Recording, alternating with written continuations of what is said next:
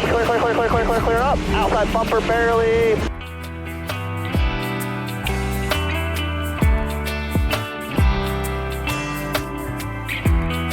And welcome. Another episode of Historic Hot Laps. We're going to do this one a little different today. This is just going to be a little bonus episode with a little news coverage. We're going to hold off and take a break for the week, but there's a lot of stuff going on, so I figured take 10-15 minutes, whatever this takes, and make sure everybody's aware of the latest and greatest news around motorsports. Starting off over at Formula One, F1 will continue to race in Monaco after a new contract renewal, which puts the event on the calendar for the foreseeable future. Sounds like past 2030 if things work out. 2031, I've heard a few different years thrown out there, but definitely have Monaco for a bit. They're also reworking the schedule, so they will not run this event on the same time block that you see for the Indianapolis 500, as that's usually the Memorial Day weekend race. So that'll be good for motorsports and all. You don't have to compete with Monaco for Indy and vice versa. So great opportunity there. Glad they finally figured something out with that, because that's always been a challenge in the last few years. That's prestigious time slot. So moving from there, Alpine has verified that moving forward they will start in 2026 with the Mercedes engines and gearboxes. They've got one more year left with their current setup. Then they'll be going to Mercedes Power 2026. So could be interesting depending on how Mercedes is doing. Obviously, they're not going to get, the top tier stuff, but they'll get something close. In other news, Greg Maffei, CEO of Formula One's owner, Liberty Media Group. We've talked about him before with the Andretti controversy and everything else, but he's going to step down from his position at the end of the year. Liberty Media currently owns Formula One, among many other things. They've got their hands in Sirius XM, a whole bunch of other stuff, the ticketing groups, entertainment groups, Liberty Live. Basically, this comes from the separation between the ticketing and event groups. Sports investments such as F1 and MotoGP will no longer now be tied to Liberty Live. They've got to make them two separate entities to kind of stay legal in a lot of countries and a lot of the stuff they're doing.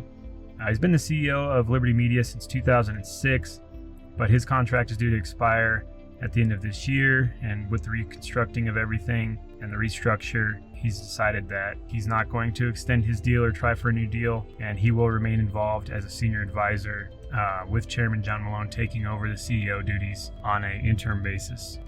Niels Wittich has stepped down from the FIA's Formula One race director, pursue new opportunities. He will be replaced immediately. Kind of interesting that you'd step down with just a couple of races left in the season. I don't know. We'll see how that all plays out, but it seems kind of interesting. There's not a whole lot of news to go along with it other than pursue new opportunities, whatever that might be. Whether that's within the paddock or not, we don't know. He will be stepping down, and you'll see a replacement in the race director for Formula One. And while we're on the subject of people moving around, Dan Fallows, he's going to leave Aston Martin as a technical director later this month. They've had a pretty disappointing season over there at Aston. He was the former Red Bull head of aerodynamics. He joined Aston in 2022. They had some impressive results in 2023 with Fernando Alonso scoring 8 podiums and pointing towards a 4th Drivers' Championship. They ended up finishing 5th in the Constructors' standings with 280 points in 2023. So kind of interesting that you'd have one rough year go and kind of, I don't know if they pushed him out the door or if he's leaving on his own accord, but yeah, it'll be interesting to see what happens over there at Aston Martin. And the last little piece of F1 news, F1 is putting together a huge fan event at the O2 Arena, basically a season kickoff type deal, 10 teams, 20 drivers, 2025 season launch event. So fans can purchase tickets now. They've probably already been swiped up by the time I'm recording this, but I haven't scoped it out, but I can imagine in true F1 fashion that it won't fit everybody's budget. It's probably going to be a pretty prestigious thing, just a big Formula One party. So moving over to IndyCar, NXT news, HMD Motorsports has started a driver program to help out, make the transition a little easier from USF 2000 to clear out the path for Indy NXT. So that's pretty good. As we know, HMD's got half a dozen or more drivers at all times they're announcing. So they're pretty busy over there, but it'll be a good transitional course for anybody coming out of USF 2000 to go into Indy next. Interesting news from AJ Foyt Racing. Michael Cannon, who he's been pretty important over there as a technical director for the team. Michael Cannon is leaving AJ Foyt Racing. I spent the last 2 years with Foyt. Obviously, we've seen the progression they've had. A lot of that ties to Penske as well, but it seems that Cannon had a huge part in that overall success for the team recently. So prior to joining Foyt, Cannon was part of that Chip Ganassi Racing team that won the 2020 championship with Dixon. Not really sure where Cannon's going to end up at the moment, but we will definitely follow that as it develops more, figure out who they're going to replace over there. I imagine some from the Penske Technical Alliance will come over and help out, but kind of interesting off-season news that he would be leaving a team that's been improving and growing like it has. RLL, Rahal, Letterman, Lanigan Racing. We know they have issues with funding now that Hy-Vee has stepped aside from the sponsorship side of things. We had rumored that Devlin DeFrancesco might have a budget to rent a car. Originally thought he would be kind of working on a partnership with Juncos due to prior ties in his career, but it now appears that Devlin is going to most likely take that third RLL entry in 2025. Devlin hasn't officially made the announcement, but it's been all over all the rumor mills that are usually correct. So chances are you'll see Devlin DeFrancesco in an RLL car in 2025. Romain Grosjean made some wild statements in a recent interview with Racer.com, speaking very openly about the challenges associated with trying to fund an IndyCar program. It was pretty good interview. Here's some highlights of what he had to say. He says, it's all about budget. So right now I've got nothing lined up. It is what it is. I think last year was probably one of my best seasons, and I may end up not being on the grid next year because the marketing has been horrendous for IndyCar. The hybrid has brought cost to a level that's unbearable for the teams, and that's the way it is. I think we built something good that I would like to carry on, and they would like to carry on as well. But we need sponsors, so we're actively trying to find money for the car. And then once the money for the car is funded, then we go racing. So kind of, we already know you gotta have money to race. He's very open about the challenges with current IndyCar model, and things are improving. I don't want to completely shit on IndyCar, but the hybrid, obviously we had to do the hybrid to keep the OEM, try to keep Honda in the game. Chevrolet needed it as well. That's just the way of the world. It's what we've got to do. So you've got that, but then you've also got everything that goes along with that, with the added costs and expenditures and everything else. So be kind of interesting to see if he can drum up some stuff. We know Connor Daly's also trying to get that ride set up for him. Still waiting on that. It's not a no yet, but he's definitely working on it. So big item from IndyCar news. Penske Entertainment purchased the rights to the Long Beach Grand Prix. We reported on this last week. There was talk of negotiations after next year and everything else with Long Beach. We were thinking that we might not have an event after 2025, but after a scramble, this is a big win for IndyCar.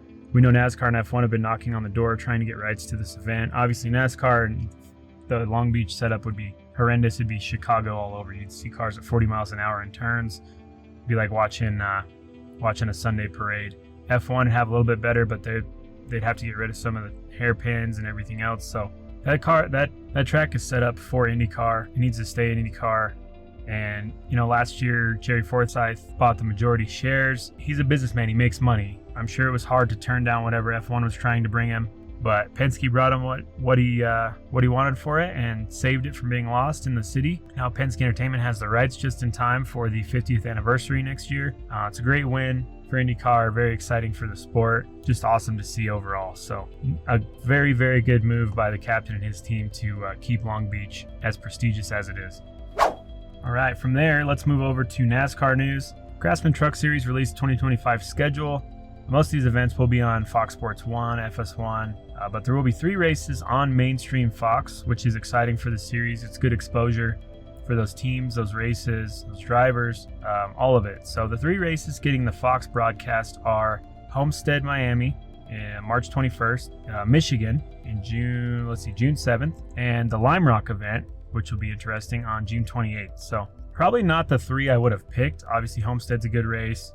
Lime Rock, I guess. I don't know about the Michigan one, but either way, I'm glad to see they're going to put some of that mainstream stuff on Fox. NASCAR has fined Anthony Alfredo after his contact with Stephen Parsons during the Xfinity Championship race at Phoenix. Alfredo was fined $25,000 and lost 25 driver points. This ends his season in 15th place in overall points.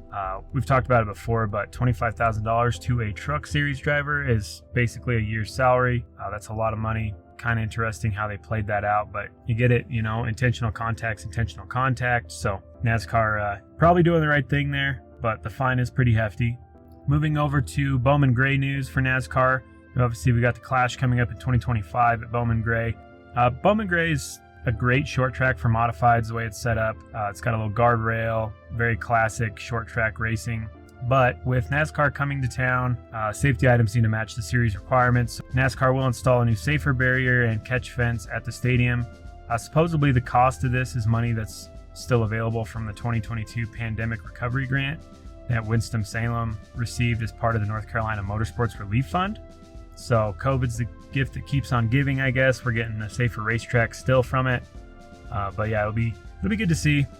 And I'm kind of excited to see how the cars do in the Clash. It might be kind of boring. I don't know. It's going to be a mix, but we know the modifieds at Bowman Gray are a great time. So, and that is a great facility for the age that it has on it. So overall, I think they'll do a good job. They've got a good management team at Bowman Gray. All right, let's talk lawsuits. 2311 and FRM versus NASCAR. Here we go. We've talked about it every week. Here's the latest. There was some pretrial items that we got a judgment on, and the injunctions that have been filed. Some of those were shut down. Some of them were changed, considered. So basically, it sounds like been revised that 2311 and FRM can compete next year as open cars, where before it was kind of in the air as if they were even going to be able to compete. Obviously, they tried to file an injunction to stay a chartered team, saying that they would lose sponsors and possibly lose their drivers while all these litigations are going on in court. But Jeffrey Kessler put out a statement. He's the attorney for this group effort from FRM and 2311.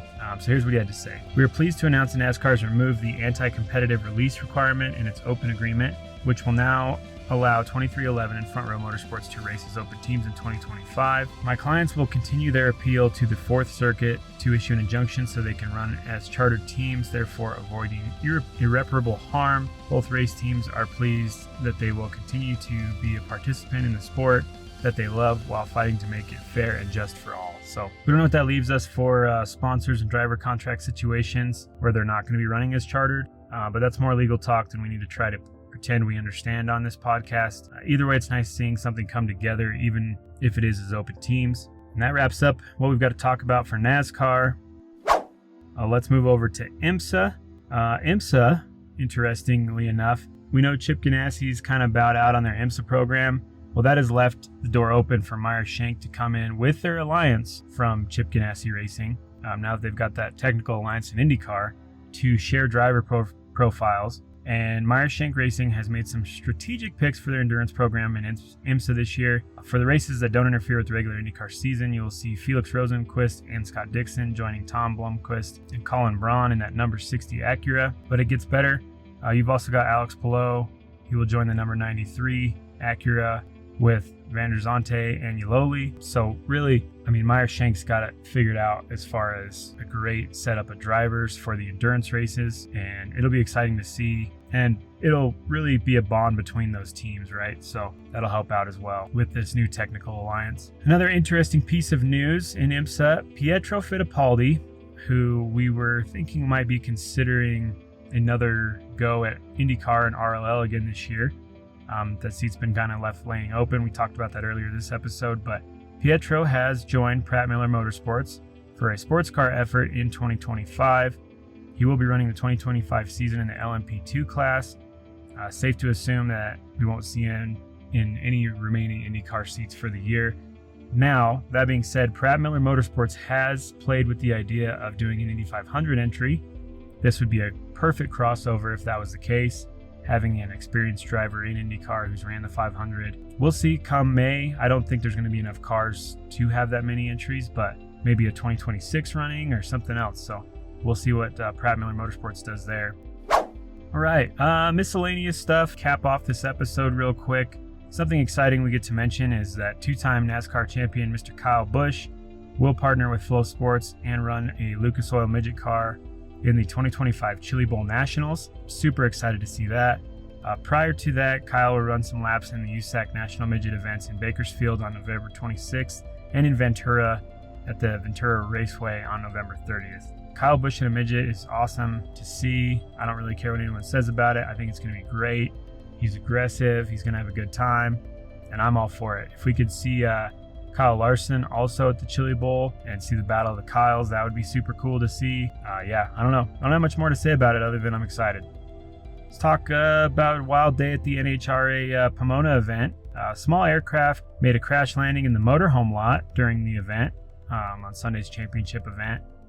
People in the plane seemed to be okay, but they were sent to the hospital for evaluation. Doesn't appear there was any other bystanders that were hurt. Most of the action was going on track, so there wasn't a lot of people in the motorhome lot, but yeah, it definitely delayed things overall. NHRA shut down the event while they figured out what the hell was going on. Yeah, pretty wild. The damage to motorhomes, some vehicles. There was a Ram pickup that was destroyed. The plane was kind of up underneath part of a motorhome.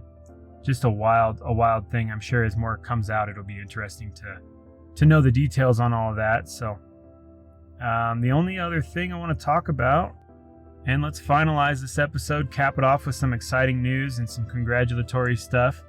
Something joyful happened in the world of motorsport this weekend as well. On Saturday, Tony Stewart and Leah Pruitt had a baby boy finally. We know Leah's bowed out of competition this year. She's been pregnant. Tony Stewart and her being quite the power couple in motorsports, just had a baby boy. As we know, these two names are synonymous with racing and success. Tony qualified as top field dragster, got the call, flew down to Phoenix, spent time with the newborn and Mama Pruitt, flew back for the event the next day. Pretty wild ride, but welcome the motorsports world to Dominic Stewart, and congrats to Tony and Leah. And that's about it for this quick little news episode. Just wanted to throw a bunch of stuff out there. As the news was piling up, we couldn't wait another week to go about it. So that's where we're at with that. As always, keep tuning in, like, share, subscribe, send us comments, whatever you got. We'll take it. Other than that, I hope everybody has a great week. We are going to try to do an episode next week, so you'll get a pre-Thanksgiving episode with a little history in it. And yeah, stay safe, and thanks for tuning in.